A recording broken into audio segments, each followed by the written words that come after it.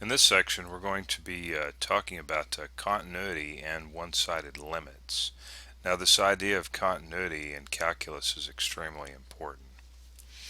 And one-sided limits, that's exactly what this is. When we see a little plus or minus sign right here, we call this a one-sided limit. So we're going to first kind of start with this and how to find this limit. Now in the previous sections there wasn't a sign right here. We didn't see anything. But it's not that difficult, I promise. This section is really easy, but some students make it out to be maybe a little too difficult. But let's go to the whiteboard and write this and find this limit.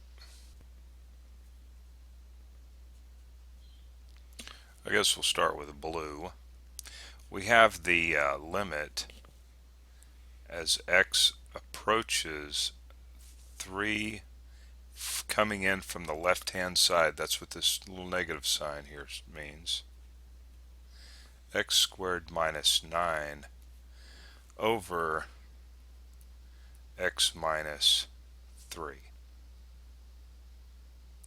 Now, just like in the previous section on finding limits analytically, we're going to solve this limit, and we're going to do it just like we did in the previous sections. So when we go to plug in 3 into this, we end up getting 0 over 0. So what we're going to want to do here is factor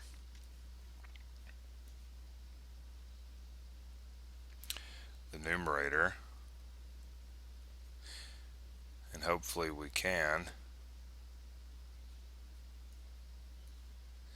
And it's all over x minus 3. Now what we can do is go ahead and cancel out some like terms, rewrite this limit,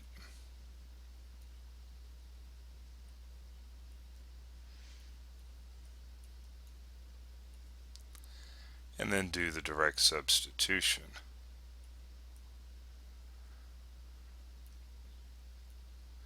Which is equal to 6. Now, here's why this actually works. We're going to go back to the page, and then I'm going to state a theorem. Okay, let's hit first. Let's hit the answer button. I believe that was 6. Now let's hit this. Now I've got a whole bunch of stuff here written out that we need to read. Okay, so the existence of a limit. Let g be a function, and in this case g is equal to this right here, x squared minus 9 over x minus 3, and let c and l be real numbers. L would be our 6 and c would be approaching 3. The limit of g of x as x approaches c is L, which is 6, right? And this right here is our 3.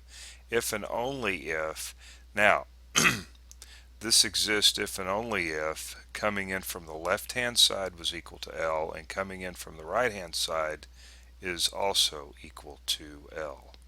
Okay? And of course, as you can see down here, so let's go back. So we treated this like this. X approaches 3.